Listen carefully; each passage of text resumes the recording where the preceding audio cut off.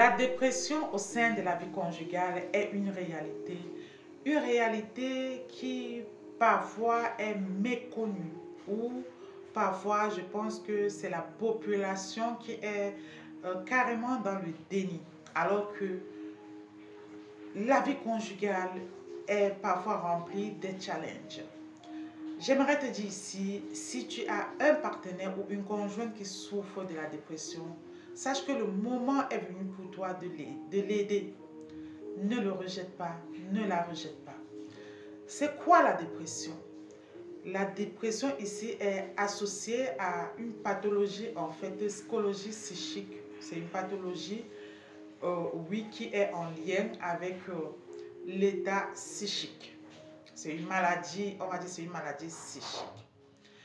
D'où vient la dépression? La dépression peut venir des événements que le couple ou l'un des conjoints, l'un des partenaires, des événements de la vie qui n'arrive plus ou elle n'arrive plus à faire face, elle n'arrive plus à surmonter.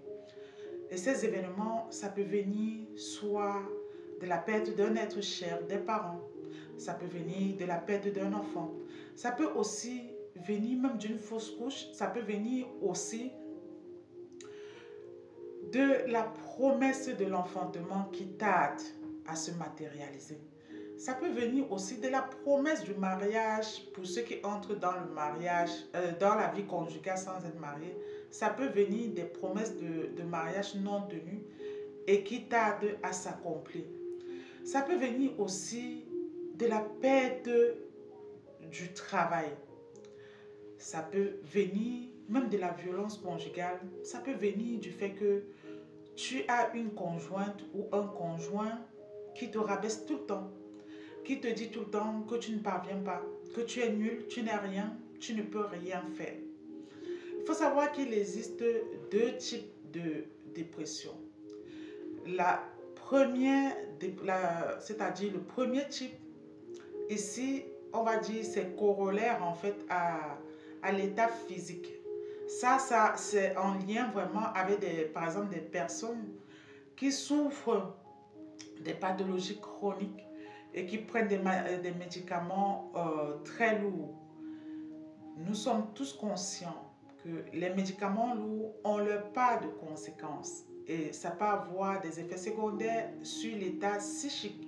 Ça peut avoir les conséquences sur l'état psychologique et même sur l'état physique. Il y a certains traitements qui peuvent rendre des personnes agressives, qui peuvent rendre des personnes très fatiguées, qui peuvent vraiment les vider. Ça, c'est le premier type en fait de dépression. Le deuxième type de dépression ici, c'est la dépression réactionnelle. La dépression réactionnelle est tout simplement liée aux événements de la vie tels que je viens de vous citer en amont. Donc, quand vous avez une conjointe ou un conjoint qui souffre de la dépression, ne rejetez pas votre partenaire. Le moment est venu pour vous de prouver le pourquoi vous avez décidé ou vous avez accepté de faire partie de la vie conjugale. Lorsqu'un conjoint ou une conjointe est malade, il faut faire un pour l'aider à surmonter ce moment-là. Parce que lorsqu'on atteint de la dépression, on ne prend plus soin de soi. On n'a plus perte d'appétit, on n'a plus envie de manger. On n'a même plus envie de participer à des activités habituelles de la maison, telles que faire la cuisine, faire le linge, tout ça, manger ensemble. Si vous voyez, vous constatez cela chez votre conjoint ou chez votre conjointe, cela doit vous sonner en fait comme une alerte, une alarme même, je veux dire. Donc, si vous constatez cela et que c'est associé aussi à de l'amaigrissement, la personne ne prend plus soin d'elle, la personne devient très irritable, très fatiguée et la personne ne veut plus quitter son lit, la personne est dans un état de lassitude qui perdure sur le temps, vous devez vous questionner. Et la première des choses n'est pas juste d'être dans les reproduits. Tu ne sais pas faire, si tu n'arrives pas à faire, si tu ne fais pas ça, tu n'as pas fait ci, tu n'as pas fait ça. Non, ce n'est pas la bonne démarche. C'est comprendre qu'est-ce qui a fait que la personne ne se comporte plus comme d'habitude. Ensuite, ce que vous devez faire, parce que votre partenaire ou votre conjoint peut être dans le déni, vous devez l'amener à comprendre l'état dans lequel il ou elle se trouve. Et ensuite, il faut solliciter l'aide d'un professionnel, d'un thérapeute. À ce stade ici, moi je te dirais que si quelqu'un te dit, surtout, il ne faut pas voir de psychologue, la personne te ment. Dieu qui a créé le monde entier, qui a créé par exemple la parole pour aider à guérir, qui a créé des louanges, l'adoration pour aider l'humain à se fortifier. C'est le même Dieu qui a créé la médecine et tout ce qui suit.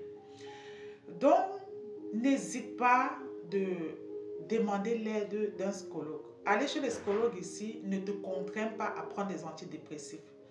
Moi, je ne suis pas pour les antidépressifs parce que chez certaines personnes, ça peut encore aggraver leur situation et ça peut les rendre dépendants.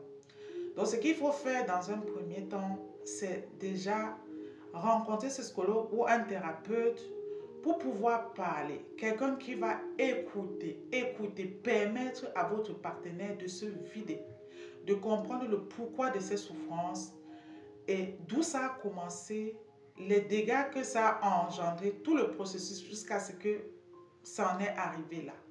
Déjà, cette démarche-là, lorsque la dépression est sur la phase prémisse, à ce stade-là, la personne peut même, juste en parlant, la personne peut avoir la guérison. Je recommanderais ici beaucoup de s'appuyer aussi sur la foi. Je regardais une étude récemment, non, j'étais plutôt à une conférence et dans cette conférence-là, il y avait le témoignage sur une étude où on avait constaté que les personnes qui croient et qui ont la foi et qui sont dans un processus de guérison associent à leur processus de guérison la foi, la méditation, les prières, ont tendance à guérir plus vite et même à guérir totalement que ceux qui ne croient pas du tout. Donc je te recommanderais ici aussi de t'appuyer sur la foi. Parce que si tu crois en Jésus par exemple, c'est un médecin par excellence, c'est le plus grand des médecins, c'est le médecin de tous les médecins. Et il est venu pour guérir les cœurs brisés et pour soigner les malades. Donc, j'aimerais aussi te dire ici, c'est le moment pour toi de rappeler à ta partenaire combien de fois tu l'aimes. De lui rappeler combien de fois, même au sein de votre vie conjugale, tous ces efforts consentis, tout ce qu'il a eu à faire ou elle a eu à faire depuis des années. C'est très important, ça a toujours été important et que tu en es vraiment reconnaissant. C'est le moment pour toi de manifester doublement encore de l'amour. Parce que l'amour guérit. L'amour guérit toutes les blessures. C'est le moment pour toi de la fortifier ou de le fortifier. C'est le moment pour toi de l'aider, de lui proposer même de façon factuelle. Ce n'est pas grave si tu ne peux plus faire de la cuisine ou si tu ne peux plus faire du repassage, mon chouchou, et de le faire. C'est le moment en fait de prendre aussi sur toi pour participer par exemple aux tâches du quotidien. C'est le moment de lui proposer peut-être d'aller faire une petite marche en forêt, de sortir, d'aller voir d'autres choses que votre environnement habituel. J'espère que cet enseignement t'a fait du bien et que tu as aimé. Rejoins-nous dans l'Académie Grâce Divine sur TikTok, sur YouTube, sur Facebook pour d'autres contenus. Et surtout, partage cet enseignement autour de toi parce que ça peut bien aider une personne, un couple. Ça peut faire du bien à une personne autour de toi. Je te remercie abondamment. Sois béni. Et je te dis à très bientôt dans Grâce Divine. Bye bye.